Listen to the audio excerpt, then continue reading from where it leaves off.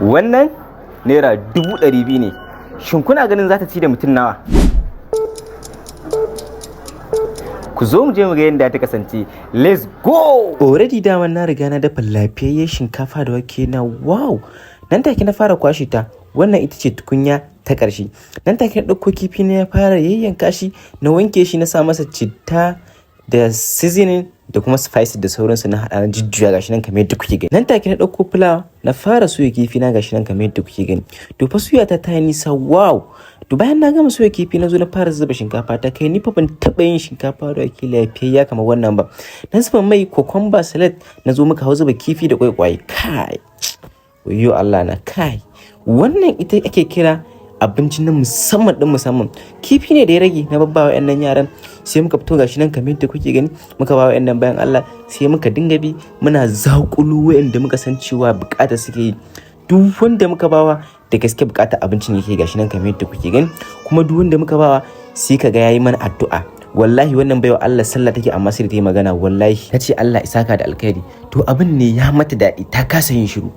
To wannan abin da kuke gani ba da kuɗi na ne ba, wani bawan Allah ne da na yi abinci last time da kaza, sai abin ya burge shi, dama kuma shi ban a wannan lokacin nayi, to sai ce a kuma yi. To akwai ta baiwa Allah ita ma da abin ya burge ta, to sai ra'ayinsu ya zo ɗaya, sai na haɗa kuɗin su naira 100,000 muka yi wannan abu. Wayannan bayan Allah habbai bai suke min da zamu tafi. Alhamdulillah. Wato wannan abincin shine balance diet.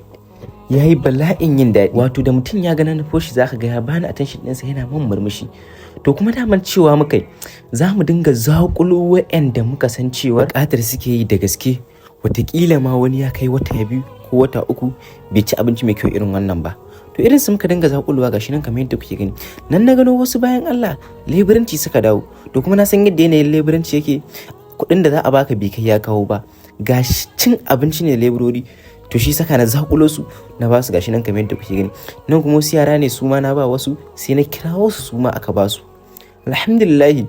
Nan yara ne wasu daga cikin su irin masu baran nan ne, su ma muka kirawo su gashi nan kamar yadda kuke gani, muka dinga ba su. Alhamdulillah. Nan take na gano wani baba, shi ma muka kira shi gashi nan kamar yadda kuke gani, na sa masa a cikin ledar sa. Ku gaya min nan gaba wani kala abinci kuke so na dafa, sannan kuma na mutum ne kuke so a dafa. Let's go!